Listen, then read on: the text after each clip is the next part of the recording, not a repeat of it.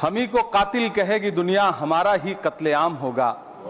हम ही कुएं खोदते फिरेंगे, हम ही पे पानी हराम होगा। सभापति महोदय, सन 1947 में दिल्ली की जामा मस्जिद की तारीखी सीढ़ियों पर खड़े होकर के भारत रत्न मौलाना अबुल कलाम आजाद साहब ने कहा था कि मुसलमानों कहां जा रहे हो, यह है तुम्हारा मुल्क, यहां तुम्हारे आबाओ अजदाद की कब्रें हैं। उस वक्त मौलाना आजाद की ये सदाएं सुन करके लोगों ने अपने सरों की गठरियां उतार करके रख दी थी। आज उसी दिल्ली में मौजूद देश की संसद में एक बिल आया है जो हमसे उसी जामा मस्जिद की सीढ़ियों के सबूत मांगेगा, जो उन्हीं सीढ़ियों के पास अपनी कब्र में सोए हुए मौलाना आजाद को फिर से कब्र से सदा देनी पड़ेगी कि ये जो कब्र है वो मेरी कब्र है, ये किसी सरकार की जागीर नहीं है। सभापति महोदय, मैं जहां खड़ा हूं इसी संसद भवन के सामने सड़क के उस पार अपनी कब्र में सोए हुए भारत के पूर्व राष्ट्रपति फखरुद्दीन अली अहमद की कब्र है। शायद अब उस कब्र से भी सदाएं आए कि ये कब्र मेरी कब्र है, ये सरकार की जागीर नहीं है। सभापति महोदय, मैं वक्फ कानूनों में किए जा रहे संविधान विरोधी बदलावों के खिलाफ बोलने के लिए खड़ा हुआ हूं।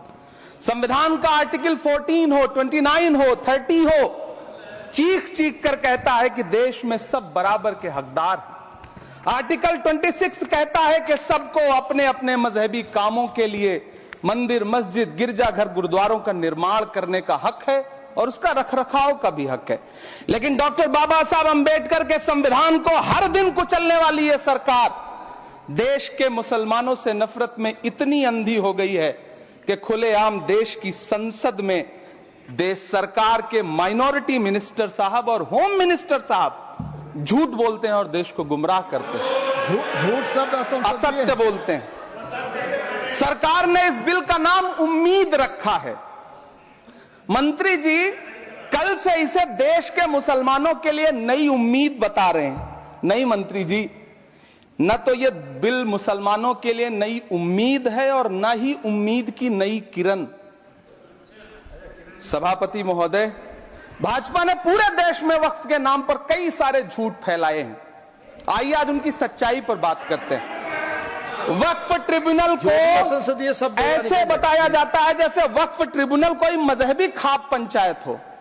सभापति महोदय, जबकि सच्चाई यह है कि वक्फ ट्रिब्यूनल भी तो सरकारी न्यायिक विभाग है जिसमें सरकार द्वारा नियुक्त जज होते हैं, जिसमें प्रशासनिक अधिकारी होते हैं, कहीं ऊपर से थोड़ी आ गए।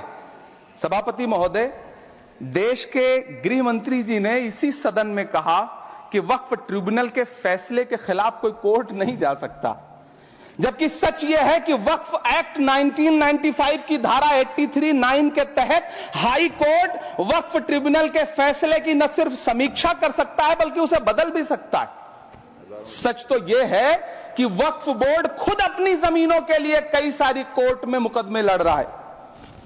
सभापति महोदय, दिल्ली की जिन 123 संपत्तियों को लेकर कल माइनॉरिटी मिनिस्टर, होम मिनिस्टर साहब और अभी आदरणीय नेता सदन बात कर रहे थे, आइए उनकी सच्चाइयों पे भी बात करते हैं। 1911 में जब अंग्रेजी हुकूमत ने कोलकाता के बजाय दिल्ली को राजधानी बनाने का फैसला किया तो रायसीना हिल्स के चारों तरफ जो मुसलमानों की ढेर सारी जमीनें थी उनको एक्वायर किया गया और लुटियन को इसकी तामीर की जिम्मेदारी सौंपी गई। सेंट्रल विस्टा की तरह लुटियन जोन का मेगा प्लान तैयार हुआ, लेकिन उस वक्त के मुसलमानों ने उस वक्त की अंग्रेजी हुकूमत से अपनी इबादत गाहों को बचाने के लिए लड़ाई लड़ी। मामला ब्रिटिश गवर्नमेंट तक पहुंचा। तब यह तय हुआ कि वो जो धार्मिक स्थल हैं उन्हें जस का तस रहने दिया जाएगा। इंडिया गेट के बगल वाली मस्जिद हो, जाप्तागंज, सुनहरी बाग मस्जिद हो, पार्लियामेंट रोड वाली मस्जिद हो, ऐसी 123 संपत्तियों के मैनेजमेंट के लिए 1913 में मुसलमान वक्फ वैलिडेशन एक्ट बना और उसके बाद एक नया शहर बसाया गया जिसे लुटियंस जोन का नाम दिया गया।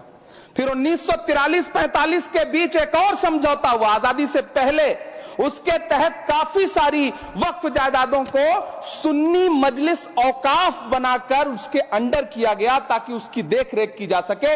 गृह मंत्री जी 2 दिन से सदन में जो बात कह रहे हैं वो दरअसल 123 संपत्तियां उसी सुन्नी मजलिस औकाफ के तहत आती। सभापति महोदय, आजाद भारत आजाद हुआ। आजादी के बाद भारत में 1954 में वक्फ एक्ट लागू हुआ, जिसकी धारा 9 के तहत 1964 में केंद्रीय वक्फ काउंसिल का गठन हुआ। दिल्ली की वही 123 प्रॉपर्टीज को 1970 में सर्वे गजट करके गजट नोटिफाई किया गया। इसके निपटारे के लिए पूर्व प्रधानमंत्री इंदिरा जी के द्वारा 1974 में एक बर्नी कमेटी बनाई गई। बर्नी कमेटी ने 1976 में इन 123 संपत्तियों को दिल्ली वक्फ बोर्ड की संपत्ति होने की रिपोर्ट सौंपी। उस रिपोर्ट के आधार पर 1984 में कांग्रेस सरकार ने उन 123 प्रॉपर्टीज को दिल्ली वक्फ बोर्ड को सौंपने का फैसला किया, जिसके खिलाफ विश्व हिंदू परिषद कोर्ट गई। मामला 2011 तक पेंडिंग रहा। फिर 2011 में कोर्ट ने सरकार को आदेशित किया कि इसका निपटारा करो। तब 2013 में तत्कालीन यूपीए सरकार ने दिल्ली की उन्हीं 123 जायदादों को बर्नी कमेटी की सिफारिशों के मुताबिक वक्फ बोर्ड के हवाले किया। यही वो प्रॉपर्टीज हैं जिनके नाम से गृह मंत्री जी कल से कांग्रेस को कोस रहे हैं। फिर आई 2014 में भाजपा की सरकार, जो तब से इन जमीनों को हड़पने की साजिश कर रही है।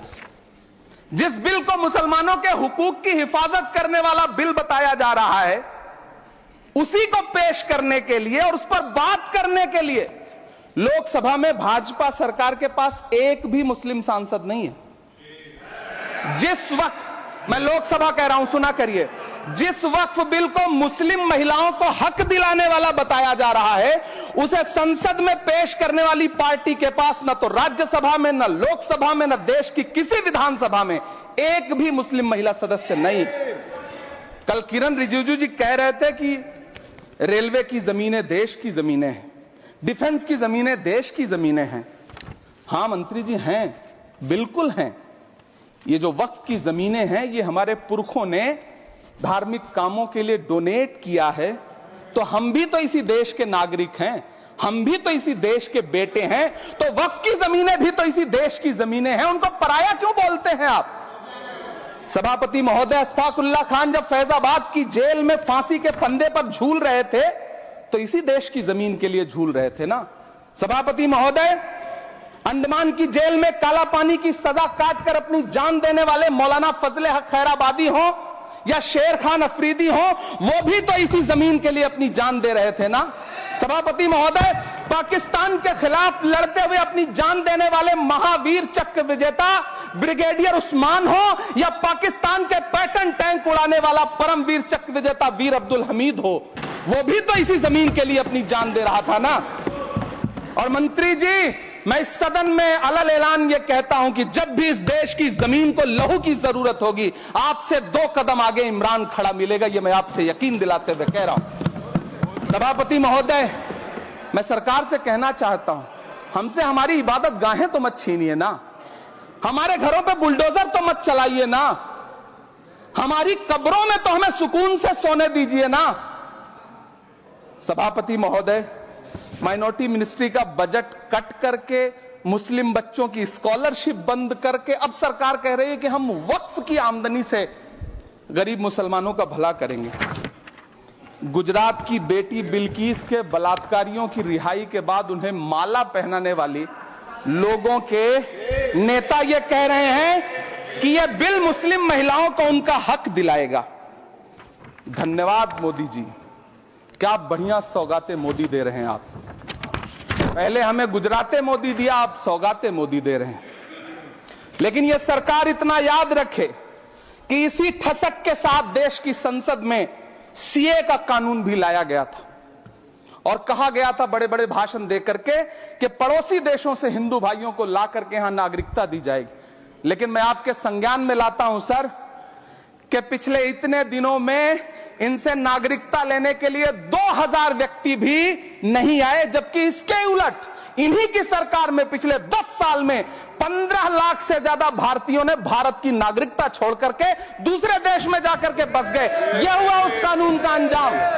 सभापति महोदय, इसी तरह की जिद के साथ किसानों के खिलाफ भी कानून लाए गए थे। जिस तरह आज वक्फ के फायदे गिनाए जा रहे हैं, उसी तरह से किसानों को भी कृषि कानूनों के फायदे गिनाए गए थे। लेकिन अंजाम क्या हुआ? 700 किसानों की शहादत लेने के बाद सरकार को अन्नदाता किसानों के सामने घुटने टेकने पड़े और कृषि कानून वापस लेने पड़े। जिल्ले इलाही, जमहूरियत जो है वो नफरत और ठसक से नहीं चलती है, अकड़ से नहीं चलती है, उसमें सबकी हिस्सेदारी जरूरी है। कल देश के माइनॉरिटी मिनिस्टर ने लोकसभा में खड़े होकर एक शेर सुनाया था कि मुझसे कोई बदगुमान न हो, तो मैं उन्हें एक शेर सुनाना चाहता हूं कि मैं आज जद पे हूं तो इतना खुशगुमान न हो, मैं आज जद पे हूं तो इतना खुशगुमान न हो, चराग सबके बुझेंगे हवा किसी की नहीं। नीतीश कुमार जी हो, चंद्रबाबू नायडू जी हो, चिराग पासवान जी हो, जयंत चौधरी जी हो, देवे गौड़ा जी हो, जीतन राम मांझी जी हो, सबको समझना पड़ेगा कि जब जंगल में आग लगती है तो न वो बरगद बचते हैं जो हवा को आंधी में तब्दील करते हैं, न वो बांस बचते हैं जो आपसी रगड़ से चिंगारी पैदा करते हैं। सभापति महोदय, जब देश को मनमोहन सिंह साहब जैसा काबिल प्रधानमंत्री मिलता है तो देश को आरटीआई जैसा एक्ट मिलता है, सेज जैसा एक्ट मिलता है, मनरेगा जैसा एक्ट मिलता है, लिबरलाइजेशन मिलता है, राइट टू एजुकेशन मिलता है, नेशनल फूड सिक्योरिटी एक्ट मिलता है। लेकिन जब देश को सौगातें मोदी मिलती है तो क्या मिलता है? सीए मिलता है, फॉर्म्स लॉ मिलता है, आर्टिकल 370 मिलता है, इलेक्टोरल बॉन्ड जैसा एक्ट मिलता है और वक्फ अमेंडमेंट एक्ट जैसे बिल देश को मिलते हैं। मुझे तो अपने हमवतन भाइयों से पूछना है कि आपको अपने बच्चों की तरक्की, खुशहाली और नौकरी की दरकार है या फिर मुसलमानों की दान की गई जमीनों को लूट कर धन्ना सेठों को देने की साजिश करने वाले कानून की? सभापति महोदय, यह सरकार रात के 3 बजे तक पूरे देश को जगा करके संसद में अपने ही नागरिकों को नीचा दिखाने के लिए वक्फ बिल ला रही थी, तो उधर रात के 1:30 बजे अमेरिका हम पर 26% टैरिफ लगा रहा था। सरकार की प्राथमिकताएं देश को पता। सभापति महोदय, मैं बहुत भावुक हूं आज, और मुझे अच्छा लगा कि आदरणीय नेता सदन जगत प्रकाश नड्डा जी ने बहुत अच्छी बातें भी की, मन से बातें की। क्योंकि उनके नाम में प्रकाश जुड़ा है तो मैं उनमें हमेशा एक रोशनी की किरण देखता हूं। मैं उनके सामने बहुत अदब से यह बात कहना चाहता हूं कि चरागों के सफर में दबदबा हो आंधियों का तो फिर अंजाम जुल्मत के सिवा कुछ भी नहीं होगा। यह दुनिया नफरतों के आखिरी स्टेज पर है, इलाज इसका मोहब्बत के सिवा कुछ भी नहीं होगा। मैं भावुक हूं, मेरी पलकें गीली हैं। अगर देश की एक बहुत बड़ी आबादी को लगता है कि आप उसका भला करने के लिए नहीं बल्कि उनकी इबादतगाहों, उनकी कब्रिस्तानों, उनकी खानकाहों को बर्बाद करने का बिल ला रहे हैं, तो फिर आप अगर समझाने में नाकामयाब रहे हैं तो यह आपकी नाकामयाबी है। पहले समझाइए, उसके बाद कोई बिल लेकर के आइए, तब शायद हम आपका इतनी पुरजोर तरीके से विरोध ना करें। लेकिन सभापति महोदय, मैं अंत में सिर्फ इतना कहना चाहता हूं कि इस बिल में जो भी पॉइंट्स दिए गए हैं, बॉम्सी पोर्टल देख लीजिए, सरकार का झूठ आपको पकड़ में आ जाएगा। हम डरे नहीं हैं, हम सिर्फ सरकार से अपील कर रहे हैं कि हमें अपना समझिए। हम आपके अपने हैं, इस देश के नागरिक हैं और आप ताकत में हैं। संख्या बल के आधार पर बिल हो सकता है आप पास करा लें, लेकिन आपको यह बात समझनी पड़ेगी कि हम तो वो तारीख हैं, जहनों में रहना है जिसे, कागजी पुर्जे नहीं जो फाड़ डाले जाएंगे। जिस जमी पर मैं खड़ा हूं ये मेरी पहचान है। आप आंधी हैं तो क्या मुझको उड़ा ले जाएंगे? आपको यह बात समझनी पड़ेगी। आपको अगर इतना विपक्ष की तरफ से पहले जेपीसी में इतने सारे पॉइंट्स आए और उसके बाद कल से लोकसभा में और राज्यसभा में सुझाव आप सुनने को तैयार नहीं है, लोगों की शंका को दूर करने के बारे में आप बिल्कुल सोच नहीं रहे, बस आप कह रहे हैं यह बिल उम्मीद की नई किरण है। नहीं साहब, इसे भले किरण जी लेके आए हैं, लेकिन ये उम्मीद की नहीं बल्कि नाउम्मीदी की किरण है। और इस देश की एक बहुत बड़ी आबादी इस बात से खदशे में है, शक में है कि आप सीधे उनकी जमीनों को लूट करके धन्ना सेठों को बेचना चाहते हैं। मेरी अब भी आपसे अपील है कि इस बिल को वापस लीजिए। यह बिल कहीं से आपके अपने नागरिकों के लिए अच्छा नहीं है। यह बिल सिर्फ इस देश के मुसलमानों को नीचा दिखाने का और अपने एक ऐसे मतदाता वर्ग को खुश करने का बिल है जिनको इस बिल के पास हो जाने से कुछ मिलेगा भी नहीं। लेकिन आप एक नैरेटिव देना चाहते हैं, एक मैसेज देना चाहते हैं। मेरी आपसे अपील है कि कृपया ये जो सबका साथ सबका विकास का नारा है, इस नारे को रत्ती भर तो चरित्रार्थ कर दीजिए। बहुत बहुत धन्यवाद।